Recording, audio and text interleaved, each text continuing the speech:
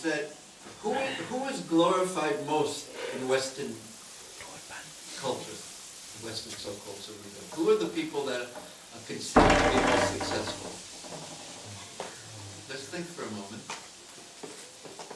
Well, think of a person, when you think of someone who is extremely successful, who do you think of in the United States? Bill Gates? Yeah, very good example. He fits exactly. Who's another one? Steve Jobs, right. Now why? Why are they so glorified and held in high esteem? Why? We have amassed a lot of wealth. Okay, but they accumulated a lot of wealth, but there's the Rockefellers. So what's the difference between Steve Jobs and the Rockefeller? Because the Rockefellers maybe have more wealth and more power. But what's the difference? And Bill Gates, what's the difference between them and the Tata and Damia? What's the difference?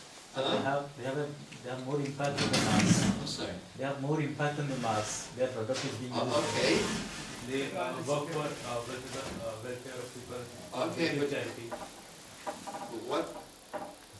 why are they really glorified? Technology generation. Okay. So you can't read my mind. Now I'll tell you what I'm thinking. It's because, huh? They started from the bottom. Yes, exactly. Like Steve Jobs was a university dropout, and he was so poor that the only one meal a week that he looked forward to, does anyone know where at the University of Stanford, Sunday program. it was the Sunday feast in Seattle University, and he would eat that's the only good meal he could get a week. And he says, the Hare Krishnas. And then, from nothing, he became wealthy, and he accumulated so much wealth, more than we can practically conceive, billions and billions of dollars, and same with Steve Jobs. That's Western civilization. Someone who can rise up from possessing no money to huge, uncalculable amounts of money. And the Vedic civilization is just the opposite. Dhruva Maharaj. He's a king, he has everything, and he goes into the forest, gives up everything. Sanatana Goswami, Rupa Goswami, Raghunath Das Goswami was so wealthy. He was so, Rupa Goswami, these are historical facts. Rupa Goswami, Sanatana Goswami, they were the prime ministers and the treasurer of Nawab Hussain Shah in Bengal, in Gauda days. And they gave everything to live as if they were beggars. So that they could come, not that we are suggesting that you do that, but the idea was, that was their service, and that was the depth of their realization that they could give up the highest positions of power and wealth, which means ability to enjoy themselves on the sensual level, and live like mendicants, as if they were poverty-stricken, and relish internally the wealth of the soul in relationship to Krishna.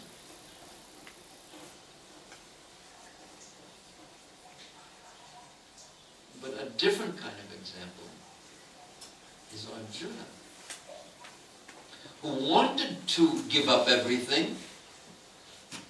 He didn't want to fight in the battle, and Krishna said, no, you fight. That you give up, don't give up everything. Don't become a mendicant. Don't become as if you were a beggar. But rather, you fight. You do your duty. But don't do it simply to gain material pleasures for yourself, either swaga, apavaga. Apavaga means liberation. Because swaga, apavaga, narakeshu are hell. Apitaliatitas for a devotee. And just imagine the consciousness of a devotee, an actual devotee, the depths of his consciousness, that if he's in swaga, or liberated, or narak, apitulyata darshana, he doesn't care, because it's external. And he has such a depth internally, a depth, he's relishing such a depth of sweetness in his relationship with Krishna internally, that the externals don't make any difference to him. And we see this every day, practically speaking. If we're in a good mood, when our consciousness is jolly and happy, then we can be in one difficulty or another, and it doesn't make any difference to us. We feel happy inside. And if we feel miserable inside, it doesn't make a difference what we're doing on the outside. We still feel miserable inside, and nothing can make us happy. Because happiness is much deeper than this sense comfort and sense stimulation. But this is not what we're taught. And the purpose of life, our dharma, what we are prescribed to do in life, we are not taught it's to develop something deep, so deep that nothing external can touch it. We are not taught that. We're taught to be external, superficial,